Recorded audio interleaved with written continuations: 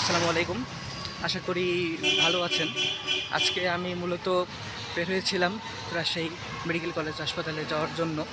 তো আমি বিনোদপুর থেকে রিকশাওয়ালা যে মামা আছে তাকে বলেছিলাম যে আমি আসলে রাজশাহী মেডিকেল কলেজ হাসপাতালে যাব।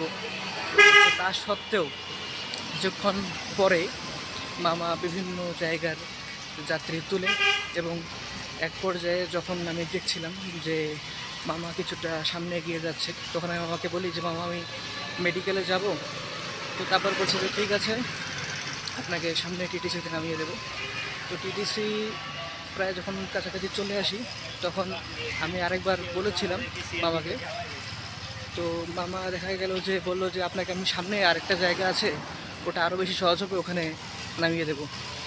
তো সেভাবে করতে করতে মামা শেষমেশ নামিয়ে দিয়েছে রাজশাহী নিউ গভর্নমেন্ট ডিগ্রি কলেজের সামনে যে রোডটা আছে সেখানে।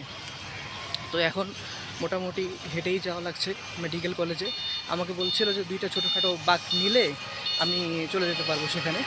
কিন্তু মোটামুটি আমি 5 মিনিটের মধ্যে হেঁটে ফেলেছি। এখন পর্যন্ত আমি সেই জায়গাটার দেখা পাইনি। তো রাজশাহী যেই রিক্সাওয়ালা বা অটোওয়ালা মামারা আছেন তারা বরাবরই সমালোচিত। তারা স্টুডেন্টদের সাথে মাঝে মধ্যেই বিভিন্ন ধরনের সমস্যায় লিপ্ত হন ভাড়া নিয়ে। যদিও ভাড়া অনেক কম, কিন্তু এই ধরনের বিষয়গুলো আসলে কখনোই উচিত না। যেমন আমি কিন্তু বলে উঠেছিলাম যে মেডিকেল কলেজে যাব, তা সত্ত্বেও আমাকে এক ভুল জায়গায় নামিয়ে দিয়েছে। জায়গাটা অপরিচিতও বটে।